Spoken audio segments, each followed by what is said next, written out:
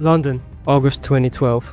The marble floors of Crockford's casino reflect the soft glow of crystal chandeliers as Phil Ivey walks through the lobby, carrying $1 million in cash. And the staff know exactly who he is, so he gets escorted directly to a private gaming room where fortunes are made and lost. Ivey makes 3 seemingly innocent requests to his hosts. He asks for a Mandarin-speaking dealer, citing comfort and cultural preference. He requests fresh cards dealt from an automatic shuffler, a standard luxury for high-stakes players. Finally, he asks the dealer to flip certain revealed cards in a specific way for good luck, a superstitious ritual that casino staff have accommodated thousands of times before. Each request is granted without hesitation.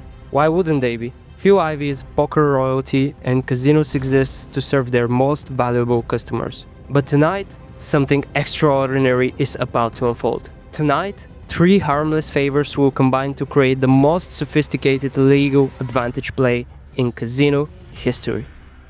Phil Ivey possesses 10 World Series of Poker bracelets and has earned over $30 million in live tournament winnings throughout his career. At the poker table, he operates with surgical precision, maintaining an unreadable demeanor that has struck fear into opponents across the globe for decades. His reputation alone opens doors that remain permanently closed to ordinary players. However, the landscape of professional poker was shifting beneath Ivey's feet. Black Friday arrived in April 2011, when the USA banned online gambling and the online poker world collapsed virtually overnight. The easy money that had flowed like water for years suddenly dried up.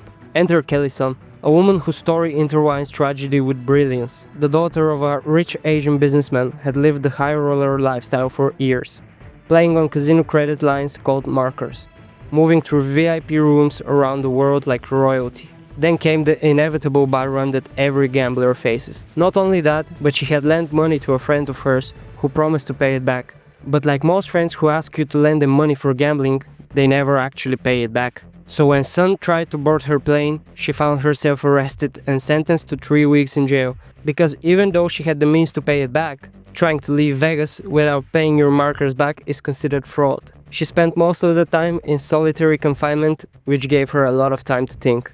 During those long, isolated hours, Sun passed the time by shuffling a deck of cards, studying every detail to maintain her sanity. It was during this period of desperate boredom that she noticed something extraordinary. The backs of playing cards, which appear identical to the naked eye, actually contain subtle asymmetries. Manufacturing tolerances created a tiny pattern differences that are completely legal, as they result from the printing process rather than any form of tampering or marking.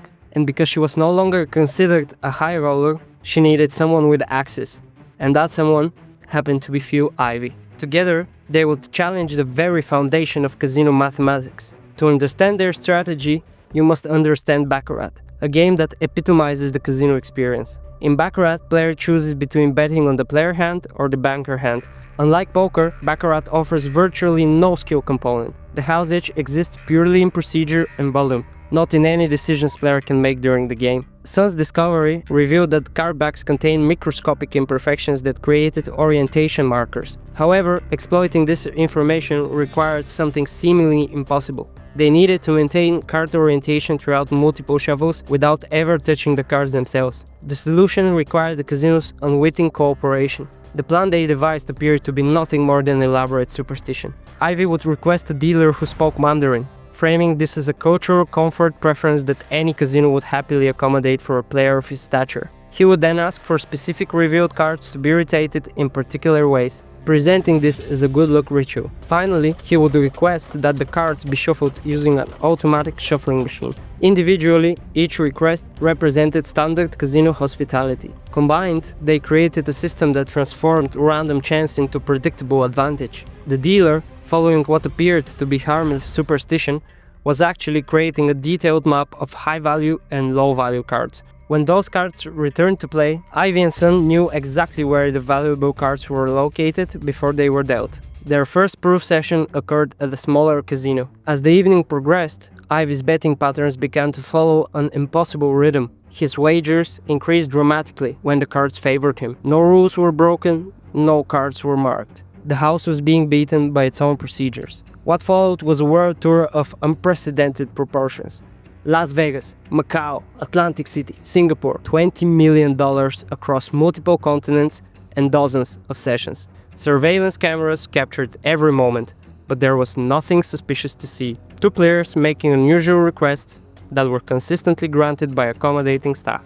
Crockford's casino in London became the site of their most spectacular success. Over 2 nights of play, Ivey accumulated winnings totaling £7.7 million, approximately $12 million at the exchange rates of the time. When he approached the cage to cash out his chips, however, instead of receiving his winnings, Ivey was handed a receipt. His payout had been frozen pending review. For the first time in this elaborate operation, the casino had acted on instinct rather than procedure. Their only evidence was a feeling, a statistical impossibility that their mathematics could not explain. The freeze at Crockford's triggered a chain reaction throughout the casino industry. Other establishments began auditing their previous sessions with Ivey, discovering statistical profiles that appeared impossible under normal baccarat variance. The Borgata in Atlantic City, which had already paid out approximately $9.6 million across 4 separate sessions, filed suit to recover their losses. The method that had generated millions of dollars was finally revealed in the courtrooms rather than gaming floors. The legal battles that followed would determine whether their actions constituted advantage play or fraud. In the United Kingdom, the High Court ruled against Ivey regarding his dispute with Crockford's, determining that while he had not technically broken any written rules, his conduct violated the spirit of fair play that baccarat required. Similarly, a United States federal judge ruled against Ivey in his dispute with the Borgata, ordering him to repay his winnings with interest, finding that advantage play had crossed the line into deceptive practices that undermined the integrity of the game. The fallout from these legal defeats was swift and comprehensive.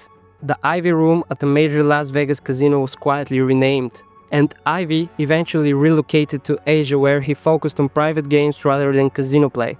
Kellison adapted to the new reality with characteristic resilience. She continued to travel and teach advantage play techniques, while Hollywood producers optioned the rights to her remarkable story. The casino industry responded to this threat with systemic changes. New playing cards were designed with perfect symmetrical patterns that eliminated the manufacturing variations that made edge sorting possible. Dealers received extensive retraining on procedures designed to prevent orientation manipulation. Automatic shuffler policies were reviewed and updated to include rotation protocols that would defeat similar schemes. Phil Ivey eventually returned to Major Poker, where he recently collected his 11th bracelet in 2024. The story of Phil Ivey and Kellison raises fundamental questions about the nature of advantage play versus cheating.